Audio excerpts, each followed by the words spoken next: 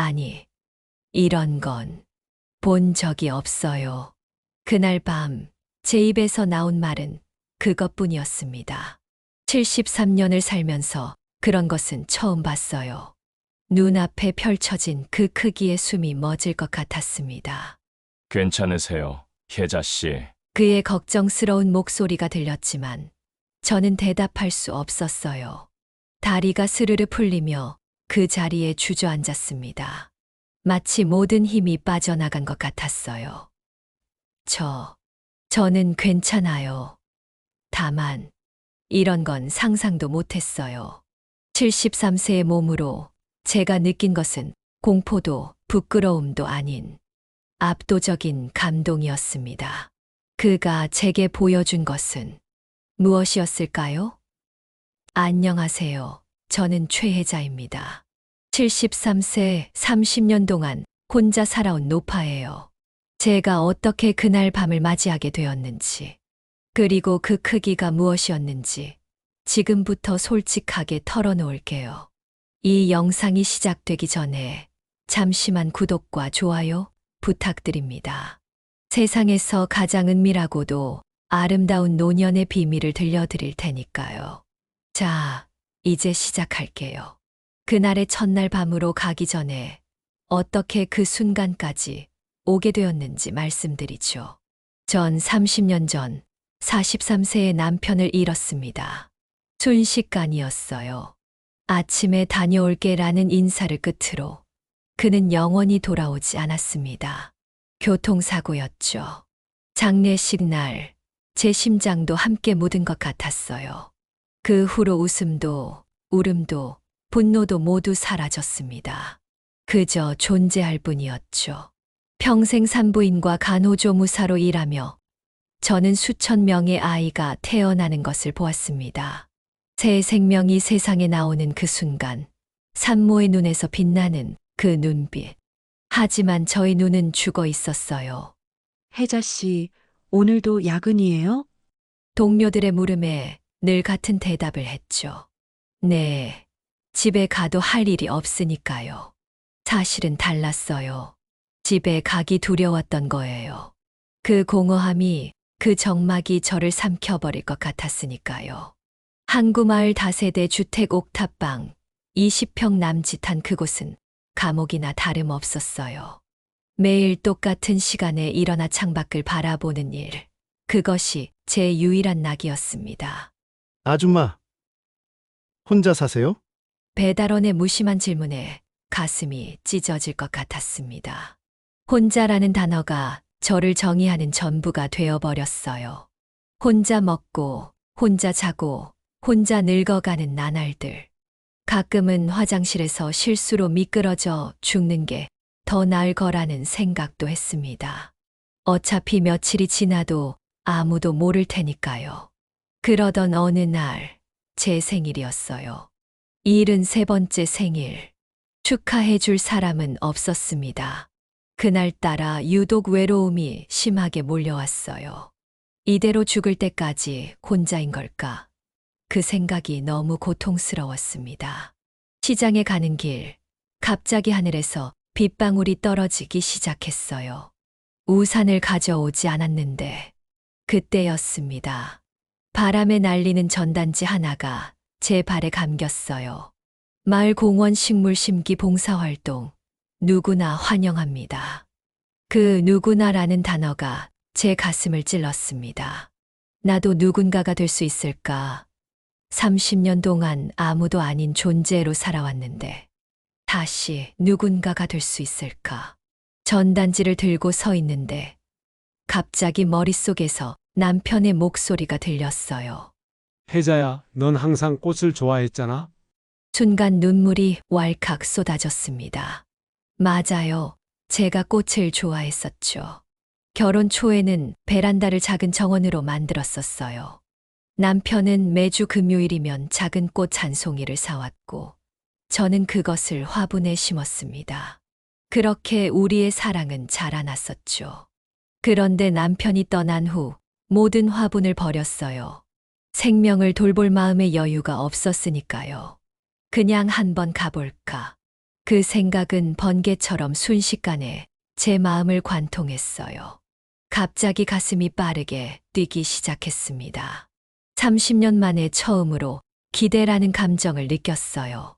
집에 돌아와 달력을 보니 봉사활동은 내일이었습니다. 그날 밤 이상하게도 잠이 오지 않았어요. 불안해서가 아니라 설레서 잠을 이루지 못한 거예요. 마치 소풍 전날의 아이처럼 가슴이 두근거렸습니다. 내일 무슨 옷을 입지? 머리는 어떻게 할까? 누가 있을까? 나를 이상하게 보지는 않을까? 73세의 머릿속에서 10대 소녀의 질문들이 쏟아져 나왔어요. 그 감각이 너무 낯설어서 웃음이 나왔습니다. 30년 만에 처음으로 소리내어 웃었어요. 아침이 되자 평소보다 일찍 일어났어요. 오래된 화장대 앞에 앉아 거울을 바라보았습니다. 주름진 얼굴, 하얀 머리카락. 하지만 눈빛이 달랐어요. 30년 만에 처음으로 제 눈에 생기가 돌아왔습니다. 용기를 내어 오래된 화장품을 꺼냈어요. 떨리는 손으로 립스틱을 발랐습니다. 선명한 붉은색이 아닌 옅은 분홍색이었어요. 그래도 입술에 색이 돌아오니 얼굴이 환해졌습니다. 계자야, 너 정말 미쳤구나.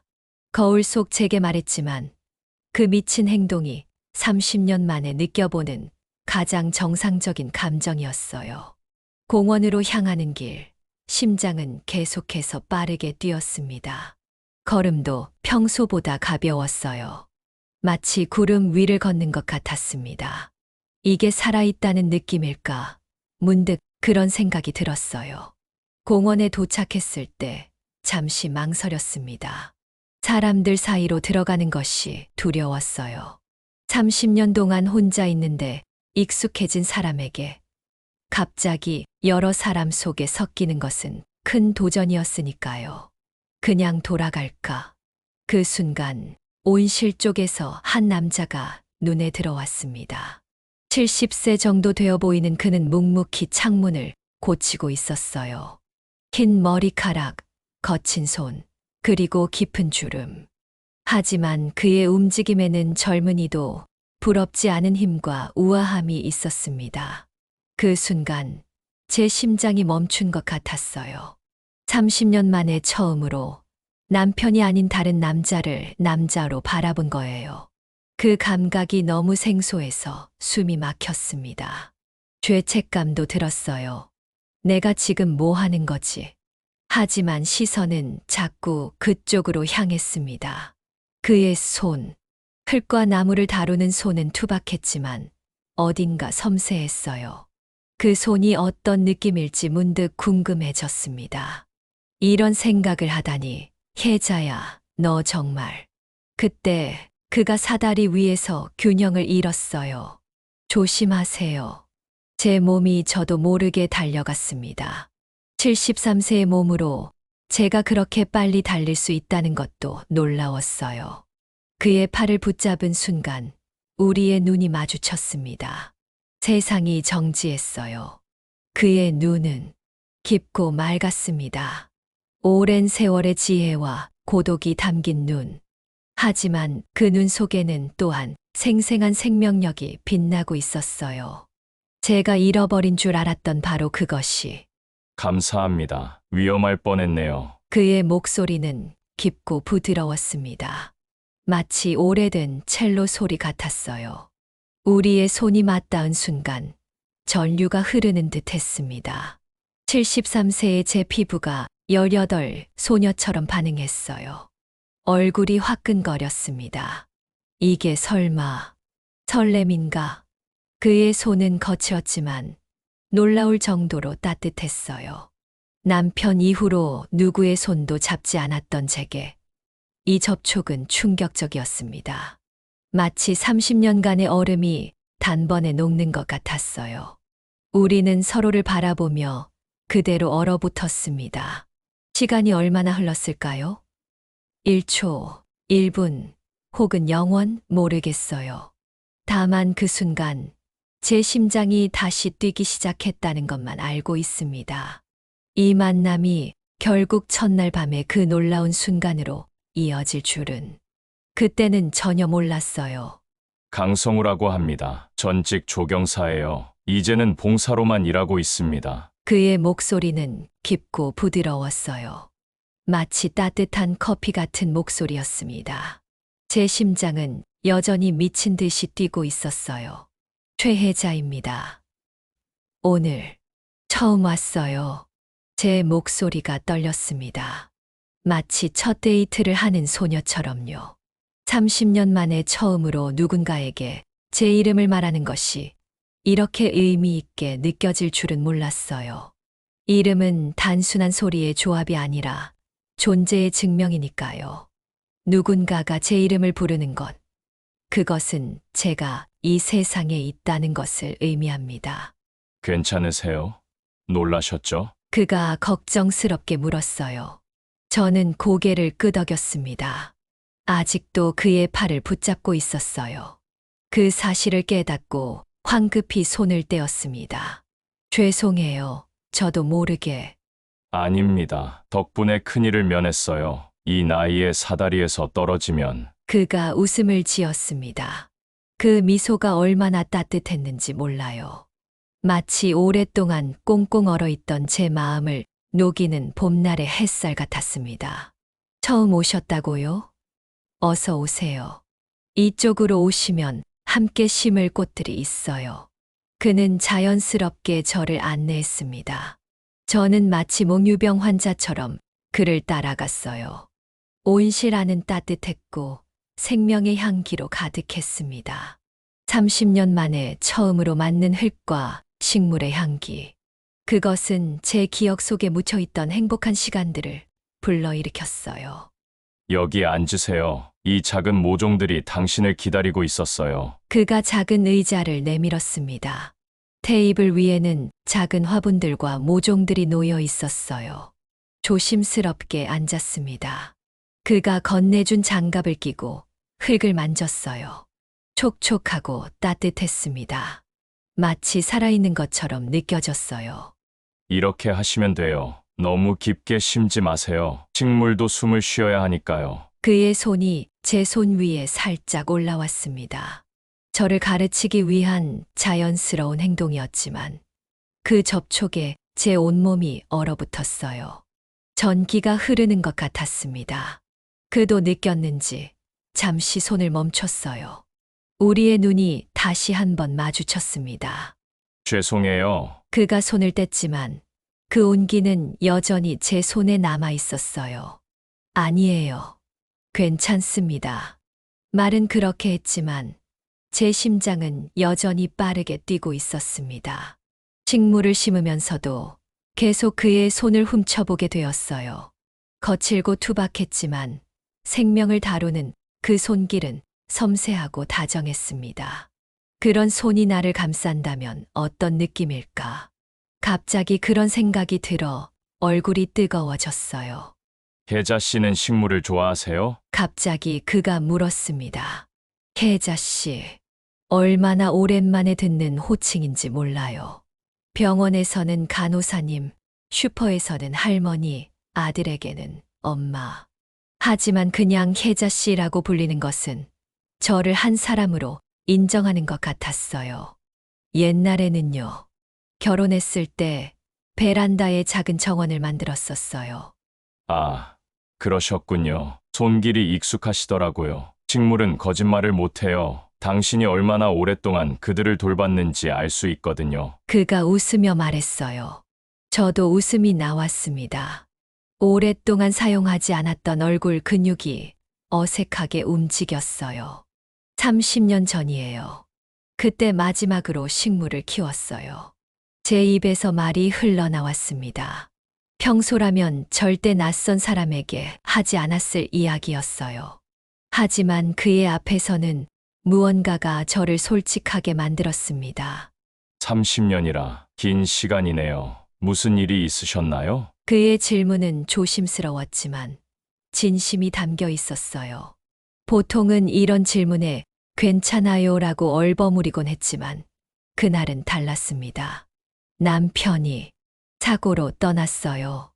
간단한 문장이었지만 그 안에 30년의 슬픔이 담겨 있었습니다. 그는 잠시 침묵했어요. 그리고 조용히 말했습니다. 많이 사랑하셨나 봐요. 단 한마디였지만 그 말이 제 마음에 깊이 와닿았어요. 위로도 동정도 아닌 이해였습니다. 누군가가 제 감정을 진심으로 이해해 준 것이 얼마만인지. 네, 그랬어요. 눈물이 차올랐지만 이상하게도 슬프지 않았어요. 그것은 치유의 눈물이었습니다.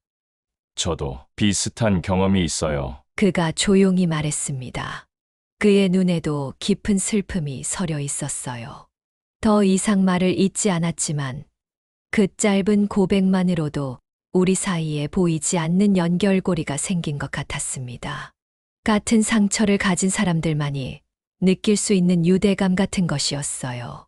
그날 오후 우리는 많은 말을 나누지 않았습니다.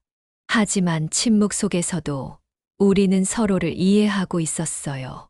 가끔 손이 스치기도 했고 눈빛이 마주치기도 했습니다. 그럴 때마다 심장이 빠르게 뛰었지만 이상하게도 편안했어요. 봉사활동이 끝날 무렵 저는 용기를 내어 물었습니다. 내일도 오실 건가요? 그가 미소 지었어요. 그 미소가 얼마나 환했는지 모릅니다. 매일 여기 있어요. 내일도 기다리고 있을게요. 집으로 돌아오는 길, 저는 웃음을 감출 수 없었어요. 마치 제 발이 땅에 닿지 않는 것 같았습니다. 내일도 기다리고 있을게요. 이 말이 계속 제 귓가에 맴돌았어요. 오랜만에 내일이라는 단어가 설렘으로 다가왔습니다. 집에 돌아와 거울을 보니 제 얼굴이 달라져 있었어요. 눈에는 생기가 돌고 입가에는 미소가 떠나지 않았습니다. 30년 만에 처음으로 제가 살아있음을 느꼈어요. 그날 밤 저는 오랜만에 달콤한 꿈을 꾸었습니다. 꿈에서 저는 다시 젊었고 화사한 정원에서 누군가와 함께 웃고 있었어요. 그 누군가의 얼굴은 보이지 않았지만 그의 손은 분명했습니다. 거칠지만 따뜻한 그 손. 아침에 눈을 떴을 때 저는 평소보다 훨씬 일찍 일어났어요. 가슴이 두근거렸습니다. 오늘은 어떤 옷을 입을까? 어제보다 더 신경 써서 준비했어요. 머리도 조금 손질했고 옷도 더 밝은 색으로 골랐습니다. 그리고 용기를 내어 작은 도시락을 준비했어요. 이걸 정말 줘도 될까? 너무 이른 건 아닐까? 망설였지만 그래도 도시락을 쥐고 공원으로 향했습니다. 도착했을 때 그는 이미 와 있었어요. 온실에서 물을 주고 있었죠. 그 모습을 보는 순간 다시 한번 심장이 빠르게 뛰기 시작했습니다. 혜자 씨, 정말 오셨네요. 그가 반갑게 인사했어요. 마치 오랜 친구를 만난 것처럼 자연스러웠습니다. 그 순간 모든 긴장감이 사라졌어요. 약속 드렸잖아요. 제 말에 그가 환하게 웃었습니다. 그 미소가 얼마나 아름다웠는지 모릅니다. 그날부터 우리는 매일 만났어요. 처음엔 식물에 대한 이야기만 나누었지만 점점 더 많은 이야기를 하게 되었습니다. 그의 과거, 제 과거, 좋아하는 음식, 취미. 서로에 대해 알아갈수록 더 많은 공통점을 발견했어요. 성우 씨는 어떻게 식물을 좋아하게 되셨어요? 어느 날 제가 물었습니다. 그는 잠시 생각에 잠기더니 천천히 대답했어요.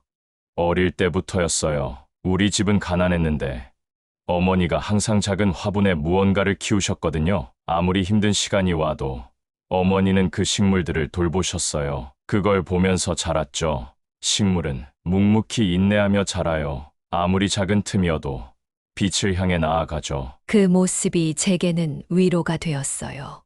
그의 이야기에 제 눈에 눈물이 고였습니다. 그의 삶이 쉽지 않았다는 것을 느꼈어요. 하지만 그 어려움 속에서도 그는 아름다움을 찾아냈습니다. 그것이 저를 깊이 감동시켰어요. 일주일이 지났을 때 그가 작은 화분을 제게 건네주었습니다. 이건 특별한 식물이에요. 천천히 자라지만 아주 오래 살아요. 어떤 환경에서도 꿋꿋이 버티죠. 그 말이 마치 저희 두 사람을 묘사하는 것 같았어요.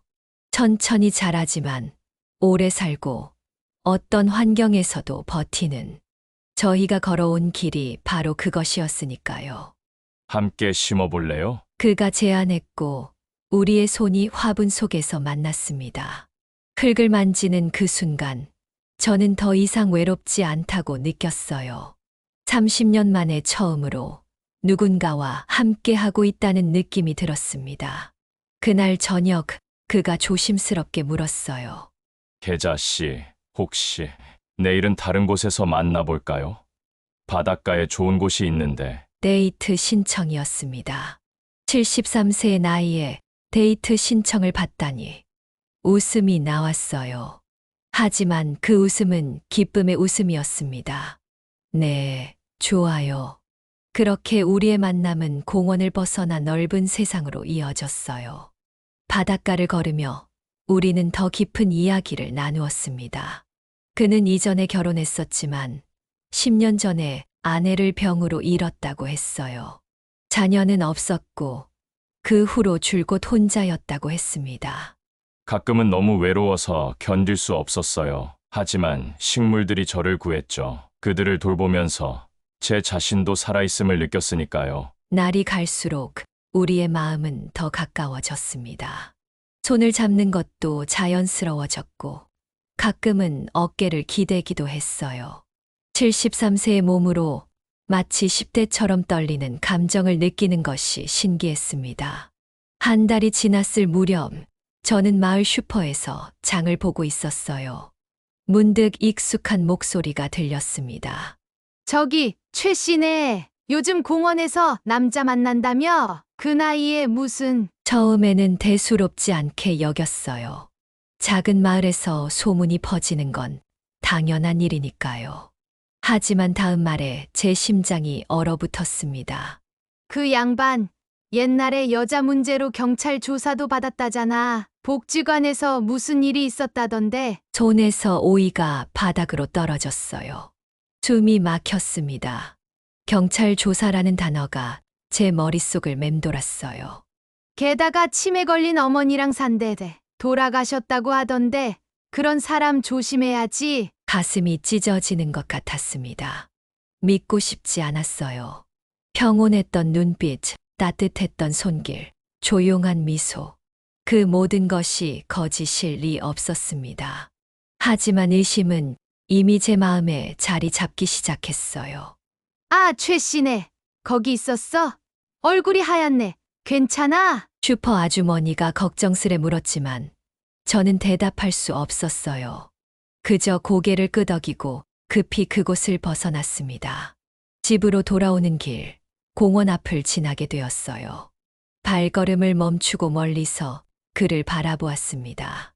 평소와 같이 묵묵히 일하는 그의 모습. 어떻게 이런 사람이 그런 짓을 할 수 있을까요? 믿기지 않았어요. 하지만 의심은 이미 제 마음속에 독처럼 퍼지기 시작했습니다. 그를 정말 알고 있는 걸까?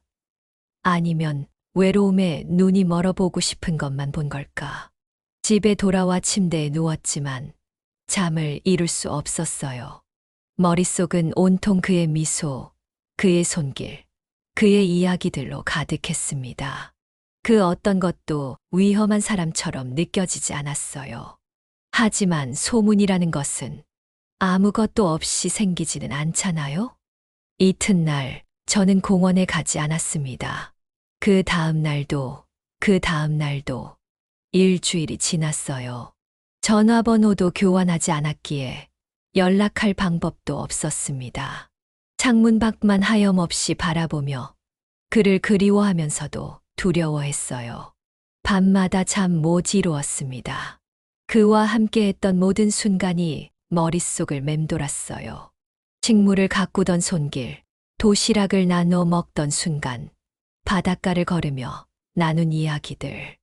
어떤 것도 위험한 사람처럼 느껴지지 않았는데 내가 그를 잘못 본 걸까? 아니면 소문이 잘못된 걸까? 집안은 다시 적막에 휩싸였어요. 하지만 이제는 더 견디기 어려웠습니다. 행복을 맛보았기에 그 부재가 더욱 고통스러웠어요. 무언가를 잃어버린 것 같은 공허함. 내 삶의 빛이 되어주던 누군가를 스스로 밀어낸 후회가 저를 갉아먹었습니다. 한 달이 지났어요.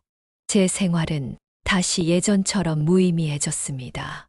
아침에 일어나서 창밖을 바라보고 시장에 가서 혼자 먹을 음식을 사고 텔레비전을 보다가 잠드는 그 지루한 일상으로 돌아갔어요. 하지만 이제는 그 일상이 더 견디기 힘들었습니다. 행복이 어떤 것인지 알아버렸으니까요. 어느 날 시장에서 장을 보고 돌아오는 길에 우연히 그를 마주쳤어요. 제가 먼저 보았기에 피할 수도 있었습니다. 하지만 그의 모습이 한 달 사이 훨씬 초라해 보였어요. 더 외롭고 더 지쳐 보였습니다. 마치 생기를 잃은 것 같았어요. 심장이 미친 듯이 뛰었습니다. 도망치고 싶었지만 다리가 움직이지 않았어요. 그가 먼저 저를 발견했습니다. 그의 눈이 놀라움으로 커졌고 이내 안도감과 기쁨으로 빛났어요. 그 순간만큼은 거짓이라고 생각할 수 없었습니다. 그냥 인사만 하고 가자. 그렇게 다가갔을 때 그는 저를 보고 잠시 말을 잇지 못했어요. 계자 씨, 안녕하세요. 공기가 멈춘 것 같았습니다. 말이 필요 없었어요. 그의 눈에서 한 달간의 모든 감정이 익혔습니다.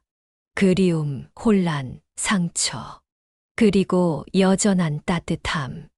요즘 안 보여서 혹시 아프신가 걱정했어요. 매일 공원에서 기다렸는데 그의 말에 가슴이 찢어지는 것 같았어요. 제가 없는 동안 그는 매일 저를 기다렸다는 거죠. 그 누구도 30년 동안 저를 기다려주지 않았는데.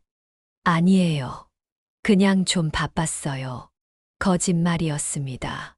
하지만 당신에 대한 안 좋은 소문을 들었어요라고 직접 말할 수는 없었어요. 무거운 침묵이 흘렀습니다. 그의 눈이 제 안을 꿰뚫어 보는 것 같았어요. 마치 제 마음속 의심을 읽은 듯 했습니다. 무슨 일 있으셨죠? 말씀해 주실 수 있을까요? 그의 직설적인 질문에 놀랐어요. 하지만 더 이상 피할 수 없었습니다. 30년간 진실을 피해 살았지만 이제는 그것과 마주할 시간이었어요. 사실 성우 씨에 대한 이야기를 들었어요. 여자 문제로 경찰 조사를 받으셨다고. 그의 얼굴이 순간 굳었습니다. 눈에 상처가 스쳤어요.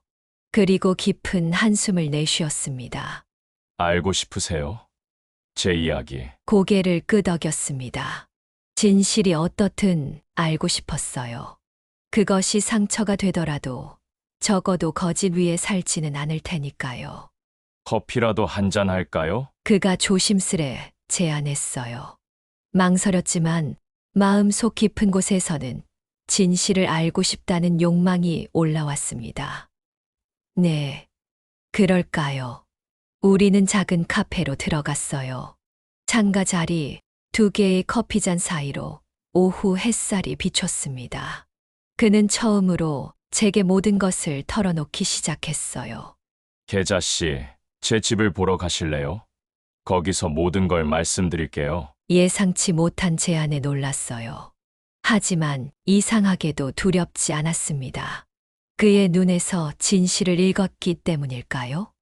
방파제 끝, 그가 산다는 작은 목조 주택으로 향했어요. 걸어가는 내내 가슴이 떨렸습니다. 정말 가도 될까? 혹시 위험하진 않을까?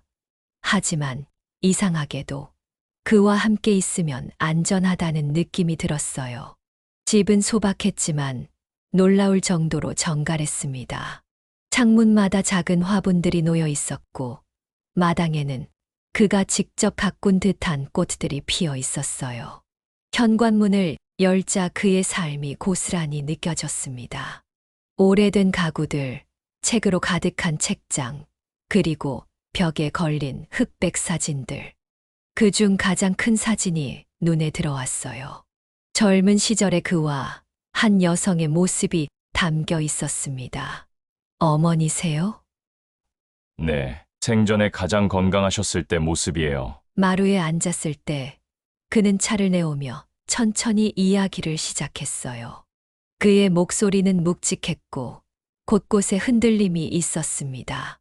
5년 전까지 저는 어머니와 함께 살았습니다. 어머니는 중증 치매였어요. 그의 눈에서 깊은 슬픔이 느껴졌습니다. 처음에는 작은 것들을 잊어버리셨어요. 열쇠를 어디에 두었는지, 방금 한 말을 반복하시거나, 하지만 점점 심해졌습니다. 나중에는 저를 알아보지 못하셨죠. 그의 손이 떨리고 있었어요. 제가 그의 손을 잡아주고 싶었지만 아직은 조심스러웠습니다. 매일 같은 질문을 수백 번 물으시고, 가끔은 저를 남편으로 착각하시기도 했어요. 밤중에 집을 나가려 하셔서 문에 자물쇠를 채워야 했습니다. 제가 자는 동안 어디로 사라질까봐 5년 동안 깊은 잠을 자본 적이 없어요. 그의 고통이 저에게 전해졌습니다. 누군가를 간병한다는 것이 얼마나 힘든지 저는 잘 알고 있었어요. 간호사로 일하면서 그런 가족들을 많이 봤으니까요. 동네 복지관에 어머니를 모시고 다녔어요. 거기서 몇 시간이라도 쉴 수 있었으니까요. 그런데 한 여직원이 어머니를 제대로 대하지 않았습니다. 그의 눈에서 갑자기 분노가 일었어요. 하지만 그것은 오래 가지 않았습니다. 어머니가 같은 말을 반복하신다고 짜증을 내고 때로는 거칠게 대하기도 했어요. 다른 어르신들도 비슷한 대우를 받았죠. 몇 번 항의했지만 달라지지 않았습니다. 그가 깊게 숨을 들이마셨어요. 그날 어머니가 복지관 화장실에서 넘어지셨어요. 그 여직원이 제대로 보살피지 않아서 혼자 두었다가 사고가 난 거였죠. 화가 나셨겠네요.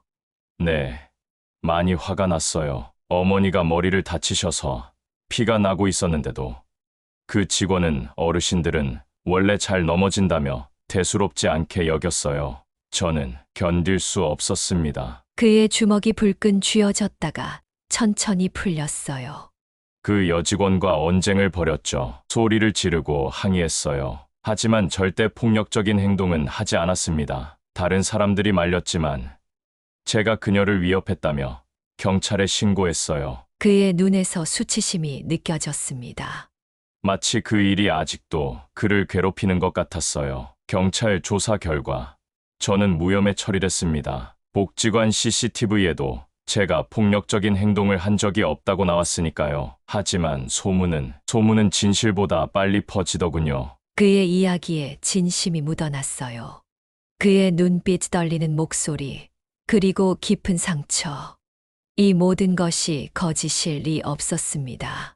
그 후로 어머니는 복지관에 가지 않으셨어요. 집에서 24시간 돌봤죠. 제 인생은 완전히 어머니를 위한 것이 되었습니다. 하지만 후회는 없었어요. 어머니가 저를 위해 하신 모든 것을 생각하면 이 정도는. 그의 목소리가 흔들렸습니다.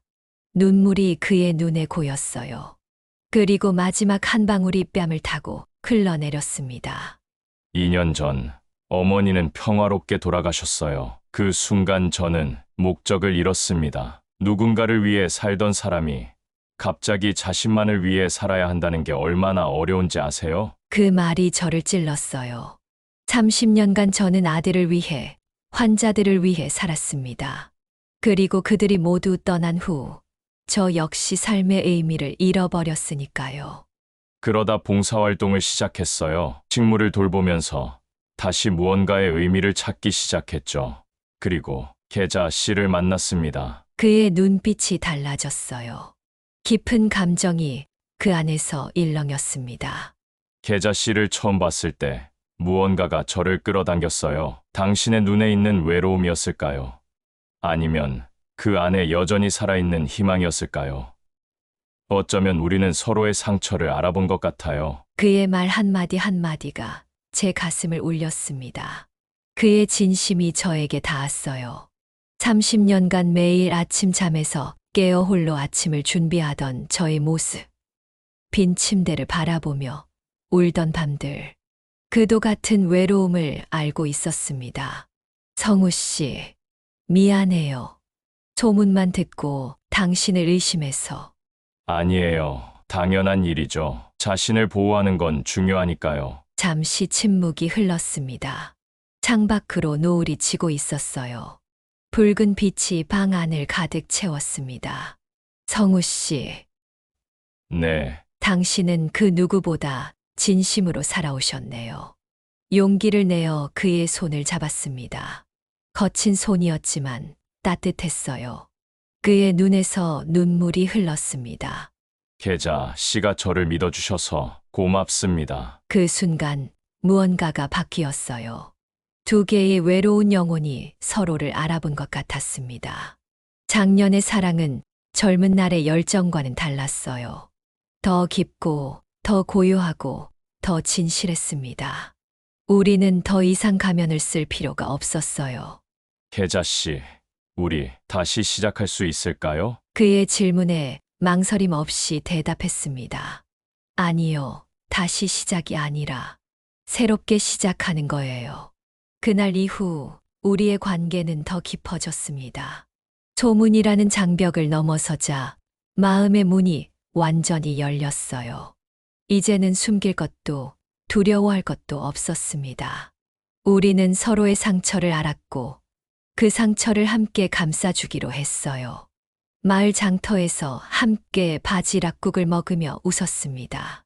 처음에는 사람들의 시선이 따가웠어요. 수군거림도 들렸고 손가락질도 느껴졌습니다. 하지만 그런 것들이 점점 의미 없어졌어요. 우리 나이에 누군가의 시선이 왜 중요할까요? 이미 충분히 길고 힘든 길을 걸어온 우리였습니다.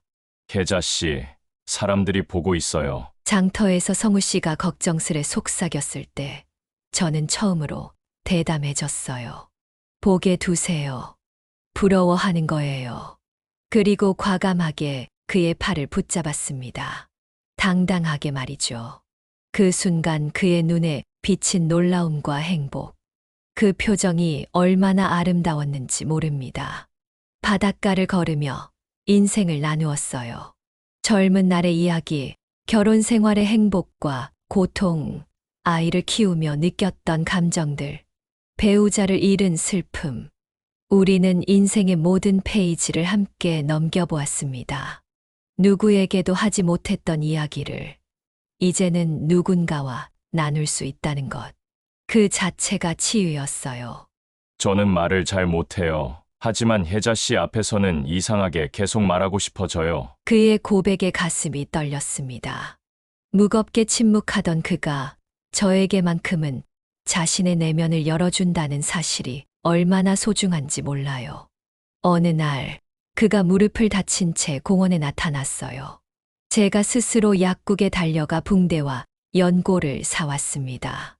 그의 무릎 앞에 무릎을 꿇고 조심스럽게 상처를 치료했어요. 이제는 제가 보듬어 줄게요. 붕대를 감아주며 말했을 때 그의 눈에 눈물이 고였어요. 얼마나 오랫동안 누군가의 보살핌을 받지 못했을까요? 그는 항상 주는 사람이었고 받는 법을 잊고 살았던 거예요. 그날 저녁 우리는 함께 저녁을 준비했습니다. 그의 집 작은 부엌에서 나란히 서서 야채를 썰고 국을 끓이고 밥을 퍼담았어요.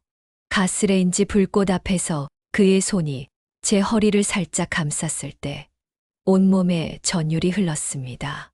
소녀처럼 얼굴이 붉어졌어요. 73세에 이런 감정을 느낀다는 게 믿기지 않았습니다. 식사를 마치고 설거지를 하는 동안 그가 조심스레 입을 열었어요. 혜자 씨, 네. 함께 살아볼래요? 그 순간 설거지하던 그릇을 떨어뜨릴 뻔했습니다. 심장이 멎는 줄 알았어요. 73세의 청혼을 받을 거라고는 꿈에도 생각하지 못했어요. 제 침묵에 그가 서둘러 말을 이었습니다. 물론 급하게 결정하지 않으셔도 돼요. 그저 매일 아침 혜자 씨를 볼 수 있다면 좋겠다고 생각했을 뿐이에요. 그의 솔직한 마음이 저를 울렸습니다. 복잡한 계산도 미래에 대한 약속도 없이 그저 함께 있고 싶다는 순수한 바람. 그것이 진짜 사랑이 아닐까요? 혼인신고는 필요 없을 것 같아요. 우리 나이에 그런 형식은 중요하지 않잖아요. 그저 남은 시간을 함께 보내고 싶어요. 그의 말에 고개를 끄덕였습니다. 우리에게 중요한 것은 서류가 아니라 마음이었으니까요. 종이 한 장보다 더 소중한 것은 매일 아침 눈을 떴을 때 곁에 있을 누군가의 온기였습니다. 네, 함께 살아요. 제 대답에 그의 눈에서 눈물이 흘렀어요. 73세와 70세, 우리는 마치 18 소년소녀처럼 서로를 바라보며 미소 지었습니다. 세월의 주름이 깊게 패인 얼굴이었지만 그 순간만큼은 모든 주름이 행복의 흔적으로 보였어요. 집으로 돌아온 저는 밤새 생각했습니다. 73년을 살아오며 만든 내 공간, 내 습관, 내 삶. 정말 변화할 준비가 되었을까? 하지만 다음 날 아침 깨달았어요. 혼자 있는 것보다 두려운 것은 없다는 것을.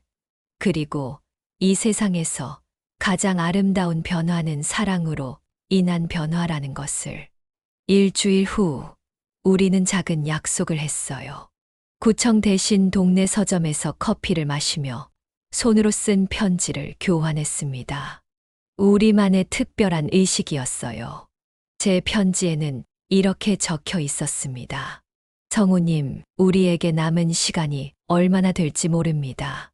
하지만 그 시간을 당신과 함께하게 되어 행복합니다. 당신을 만나기 전 제 삶은 흑배경화 같았어요. 이제 모든 것이 색깔을 되찾았습니다.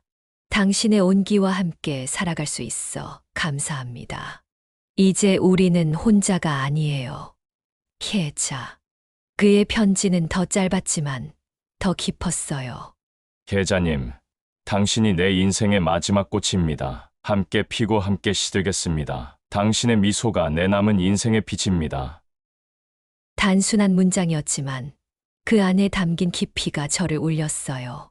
젊은 날의 화려한 사랑의 맹세보다 이 소박한 약속이 더 가슴에 와닿았습니다. 우리는 이미 인생의 허무함과 깊이를 알고 있었으니까요. 그날 저녁 저는 짐을 챙겨 그의 집으로 향했어요. 많지 않았습니다. 옷 몇 벌, 사진 앨범, 남편의 유품 몇 가지. 30년 동안 모아온 제 인생의 전부였어요. 하지만 가벼웠습니다. 이제는 추억만큼 미래도 소중했으니까요. 사람들의 수군거림, 동네의 시선 같은 건 더 이상 중요하지 않았어요. 네, 우리는 노인들의 스캔들이 되었을지 모릅니다. 하지만 그게 어떻게 중요할까요? 73세의 새로운 시작. 누가 상상이나 했을까요? 첫날 밤, 우리는 함께 바다를 바라보며 창가에 나란히 앉았어요. 달빛이 물결 위에서 춤추고 있었습니다. 그의 손이 제 손을 꼭 잡았어요. 긴장되세요? 그가 물었어요. 네, 조금요. 솔직하게 대답했습니다.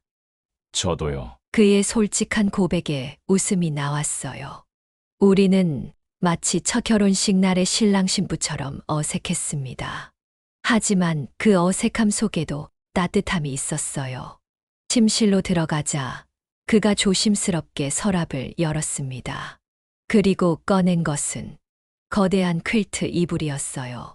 그의 어머니가 손수 지으신 100여 개의 작은 천 조각들이 모여 만든 거대한 이불이었습니다. 그가 가장 소중하게 간직하던 것을 나눠주었어요. 이불이 너무 크네요. 제 말에 우리는 함께 웃었습니다. 그리고 처음으로 그의 품에 안겼어요. 30년 만에 느껴보는 누군가의 품. 그것은 말로 표현할 수 없는 안전함과 편안함이었습니다. 그의 심장 소리, 숨소리, 체온. 모든 것이 저를 안정시켰어요.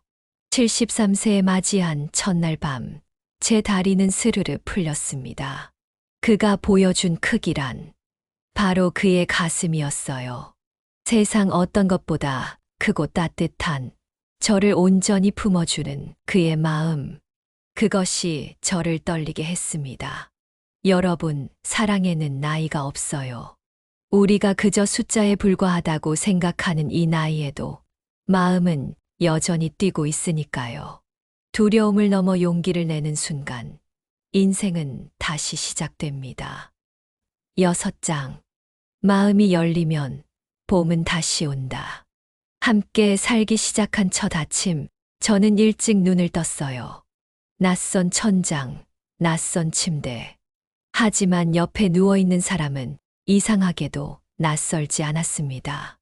마치 오랫동안 함께 살아온 사람처럼 편안했어요. 조용히 일어나 아침을 준비했습니다. 그가 좋아하는 된장국, 반찬 몇 가지를 정성스레 차렸어요. 밥을 짓는 동안 문득 깨달았습니다. 30년 만에 처음으로 누군가를 위해 아침을 준비하고 있다는 사실을. 그 감각이 얼마나 행복한지 모릅니다. 일어나셨어요? 그가 부엌으로 들어왔을 때 저는 등을 돌린 채 미소 짓고 있었어요. 그는 내 뒤로 다가와 살짝 안아주었습니다. 그 포옹이 얼마나 자연스러웠는지 마치 평생 그래왔던 것처럼 느껴졌어요. 밤 냄새에 일어났어요. 이렇게 좋은 아침은 처음이네요. 아침을 함께 먹으며 우리는 오늘의 계획을 세웠습니다. 사소한 것들이었어요. 마트에 가서 장을 보고 그의 텃밭을 함께 가꾸고 저녁에는 TV로 드라마를 보는 일. 평범한 일상이었지만 함께 한다는 사실만으로 특별했습니다. 식사를 마친 후 우리는 함께 모래밭 산책로를 걸었어요. 바람은 따뜻했고 햇살은 부드럽게 우리의 등을 감쌌습니다. 잔잔한 파도 소리가 우리의 발걸음과 조화를 이루었어요. 걸음 괜찮으세요? 그가 조심스레 물었습니다. 저는 웃으며 대답했어요. 어제보다 부드러워졌어요.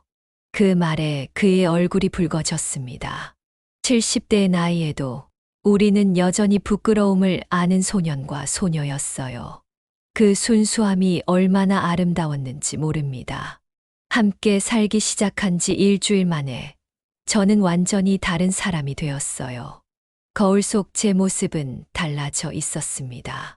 주름은 여전했지만 눈빛이 완전히 변했어요. 생기가 돌아왔고 미소가 입가에 머물렀습니다. 마치 30년 전으로 돌아간 것 같았어요. 아침 식사를 함께 준비하고 점심에는 텃밭에서 일하고 오후에는 각자의 취미를 즐기다가 저녁이면 하루를 나누는 시간. 이런 소소한 행복이 얼마나 큰 기쁨인지 모릅니다. 혼자였다면 그저 지나쳤을 모든 순간이 함께 나누니 보석처럼 빛났어요. 한 달이 지나자 동네 사람들의 시선도 달라졌습니다. 처음엔 노인들의 스캔들이라 수군거리던 그들도 우리의 행복한 모습에 차츰 축복을 보내기 시작했어요. 시장에서 만나면 반갑게 인사하고 가끔은 젊은 부부들이 우리에게 조언을 구하기도 했습니다. 어떻게 하면 그렇게 오래 행복할 수 있나요? 한 젊은 여성이 물었을 때 저는 웃으며 대답했어요. 우리는 오래 행복한 게 아니라 늦게 행복을 찾았을 뿐이에요. 시간은 중요하지 않아요. 지금 이 순간을 소중히 여기는 마음이 중요하죠. 우리는 공원에서 함께 봉사활동을 하며 자연 속에서 새로운 추억을 만들어 갔어요. 그의 지식과 저의 따뜻함이 만나 더 많은 생명을 키워냈습니다. 이제 우리의 봉사는 더 특별해졌어요. 우리처럼 외로운 노인들을 위한 프로그램을 만들었거든요. 늦은 봄 모임이라고 이름 붙인 이 프로그램에서 우리는 비슷한 처지의 노인들이 서로 만나고 교류할 수 있는 장을 마련했습니다. 혜자 씨와 성우 씨 덕분에 저도 용기가 생겼어요. 내일 처음으로 데이트를 합니다. 65세의 한 할머니가 수줍게 말했을 때 저는 그녀의 손을 꼭 잡아주었어요. 늦었다고 생각할 때가 가장 이른 때랍니다. 그러던 어느 날 저는 무언가를 결심했어요. 30년 만에 처음으로 남편의 묘소를 찾았습니다. 성우 씨는 묵묵히 제 옆을 지켜주었어요. 꽃을 놓고 향을 피우고 무릎을 꿇었습니다. 여보, 나 이제 괜찮아요.